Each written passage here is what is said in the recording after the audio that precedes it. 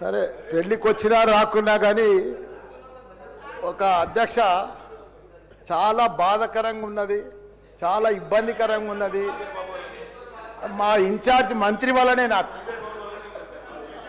ఎందుకంటే నేను సురువుల మా శ్రీధర్ బాబు మాకు ఇన్ఛార్జ్ వస్తా అంటే నాకు మంచి మిత్రుడు ఆయన. నాకు అప్పుడు ఆయన మంత్రి ఉన్నప్పుడు 2009లో నా కాలేజీలకు హెల్ప్ కూడా చేసిండు ఆయన.